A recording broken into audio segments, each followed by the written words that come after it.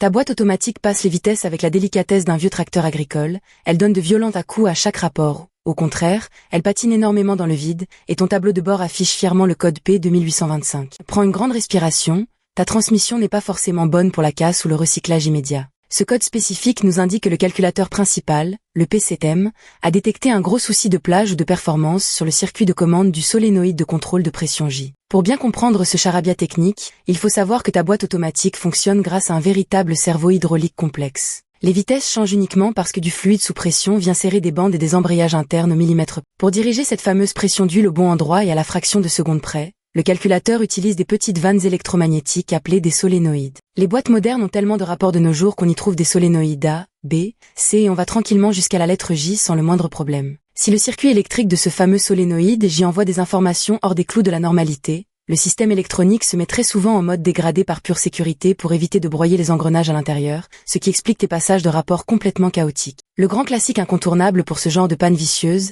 c'est une huile de transmission complètement brûlée, noire, et chargée de microscopiques limailles qui vient gripper mécaniquement le petit piston du solénoïde. Avant même de penser à remplacer des pièces mécatroniques extrêmement coûteuses, commence par l'essentiel, tire la jauge de ta boîte si ton modèle en a encore une, ou vérifie rigoureusement l'historique de ton entretien. Si ton fluide est noir comme du vieux café ou sent fortement le cramer, une bonne vidange complète avec un filtre neuf s'impose de toute urgence. Si l'huile est visuellement propre, il faut passer à l'inspection du câblage externe de la transmission. Les fils cuisent littéralement avec la chaleur torride de l'échappement situé juste à côté et les prises de connexion s'oxydent massivement avec les projections d'eau salée de la route en hiver. Utilise ton multimètre pour vérifier la continuité absolue des fils entre le calculateur et la prise de la boîte. Tu dois idéalement trouver un ohm de résistance électrique. Si le faisceau est parfait de bout en bout, c'est que le solénoïde lui-même a malheureusement rendu l'âme à l'intérieur du bloc hydraulique ou que la pompe interne haute pression de ta transmission commence à montrer de sérieux signes de faiblesse. Ne tarde pas trop à régler ce genre de détails, car chaque passage de vitesse brutale et non contrôlé endommage un peu plus la mécanique interne sensible de ta transmission, et une toute petite réparation électrique de base peut très vite se transformer en un remplacement complet et ruineux de la boîte de vitesse si tu laisses traîner les choses.